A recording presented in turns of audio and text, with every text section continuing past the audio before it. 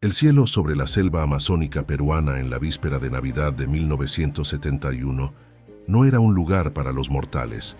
Imaginen el sonido ensordecedor de los truenos mezclándose con el rugido metálico de las turbinas del vuelo Lanza 508, un avión Lockheed L-188 Electra que se convertía en cuestión de segundos en un ataúd de metal a 3.000 metros de altura. Un relámpago, un destello cegador que fractura la estructura del fuselaje.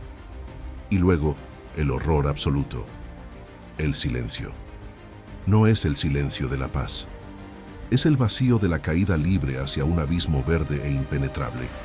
Juliane Köpke, una adolescente de apenas 17 años, se encontraba atada a su asiento, cayendo desde el firmamento mientras el mundo debajo de ella se convertía en una mancha borrosa. ¿Cómo puede una persona sobrevivir a una caída desde esa altitud, una distancia de la que nadie debería regresar con vida?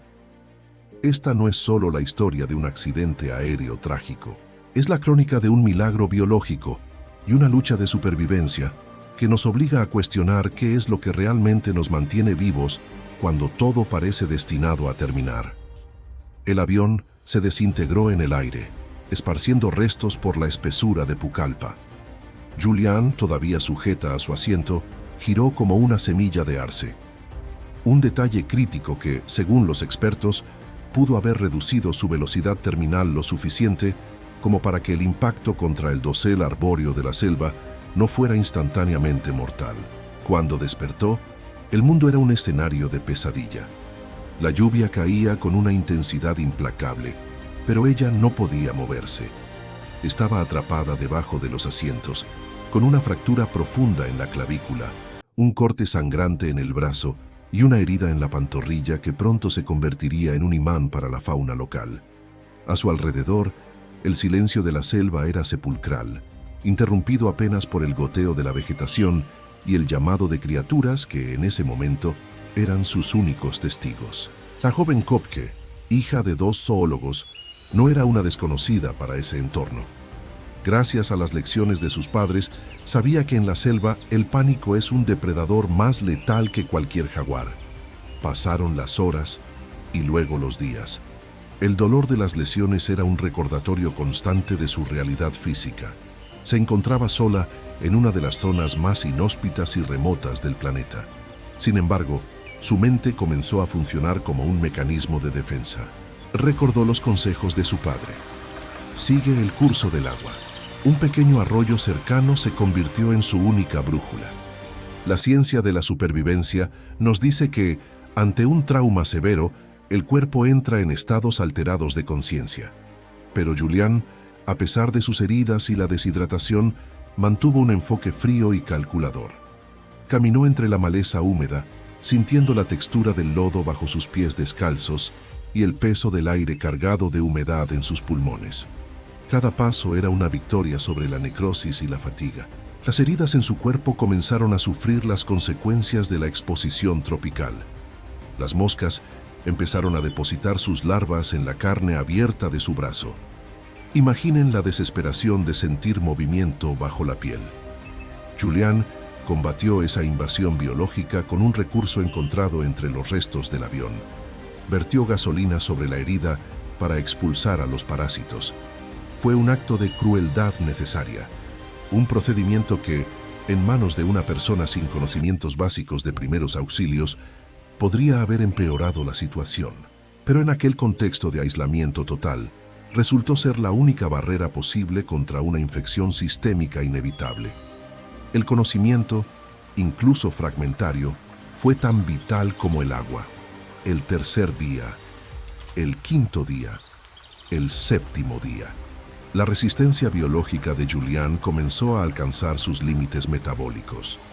Sin comida, con el cuerpo consumiendo sus propias reservas de energía y con el sistema inmunológico operando en una frecuencia de emergencia, ella se convirtió en un fantasma que avanzaba lentamente por el agua. El arroyo se transformó en un río más grande, y con él, la esperanza de encontrar civilización creció. Aunque la posibilidad de morir ahogada o de ser presa de un caimán seguía presente como una sombra constante. La ciencia médica Puede hablar de endorfinas y adrenalina, de respuestas autonómicas al estrés extremo.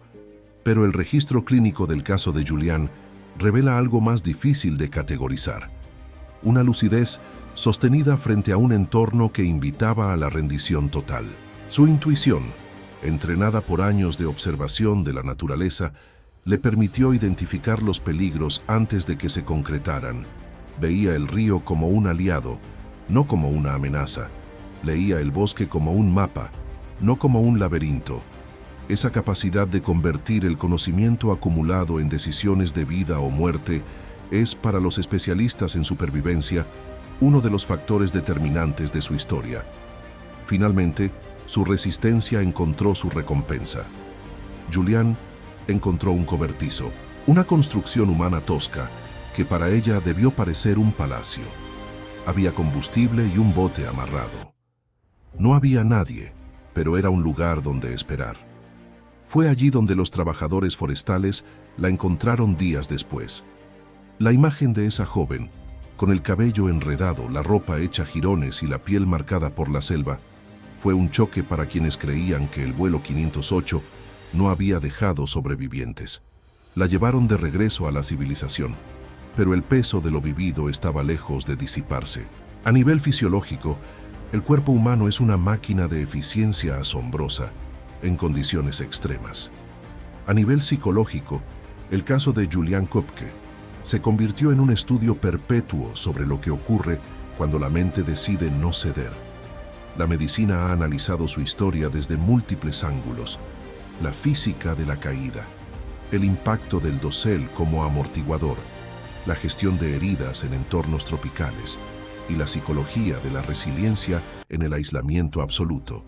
Sin embargo, hay un componente imposible de medir: la convergencia entre preparación, resistencia física y una dosis de azar que la ciencia jamás podrá reproducir en laboratorio. Julián siguió caminando cuando su cuerpo le pedía detenerse. Su mente se mantuvo operativa cuando el entorno la empujaba hacia la oscuridad. Sobrevivió 11 días en la selva más densa del planeta, una hazaña que los especialistas en supervivencia aún consideran un límite superior de lo posible. No hubo equipo de rescate avanzado, no hubo tecnología, solo una joven, un arroyo y la determinación implacable de no convertirse en una estadística más. Cuando analizamos los límites del cuerpo humano, olvidamos que el principal órgano de supervivencia es la mente. Es la mente la que decide si el dolor es una señal de parada o simplemente ruido de fondo. Julián ignoró ese ruido. Caminó a través de la muerte misma para emerger del otro lado. Al mirar hacia atrás, su historia parece una fábula, pero los restos del avión, las cicatrices en su cuerpo y los registros médicos prueban una verdad incuestionable. Ella cayó del cielo, desafió las leyes de la gravedad y sobrevivió a la selva que se tragó a todos los demás. El caso de Julián Köpke permanece como uno de los pilares del estudio sobre supervivencia humana en límite crítico. Nos recuerda que la vida, en sus momentos más oscuros, es un ejercicio de persistencia pura. Julián no regresó de la selva como la misma persona que cayó en ella. Regresó convertida en prueba viviente de algo que ningún manual médico puede enseñar, que incluso despojado de todo, el ser humano siempre puede elegir dar un paso más. Y ese paso, repetido durante 11 días sin rendirse, fue el verdadero milagro de esta historia. Y esa misma pregunta, ¿hasta dónde somos capaces de llegar?, es la que nos impulsa en cada video de Límite Crítico. Aquí exploramos historias reales donde la ciencia y la supervivencia se encuentran cara a cara. Si te interesa descubrir cómo el cuerpo humano reacciona ante situaciones imposibles y conocer los casos médicos más fascinantes, considera suscribirte al canal. Activa la campana de notificaciones para no perderte nuestros documentales investigativos. Tu apoyo nos permite seguir explorando historias donde la vida se balancea entre la fragilidad y una fuerza que aún no tiene nombre. Nos vemos en el próximo video y recuerda, el siguiente paso siempre existe.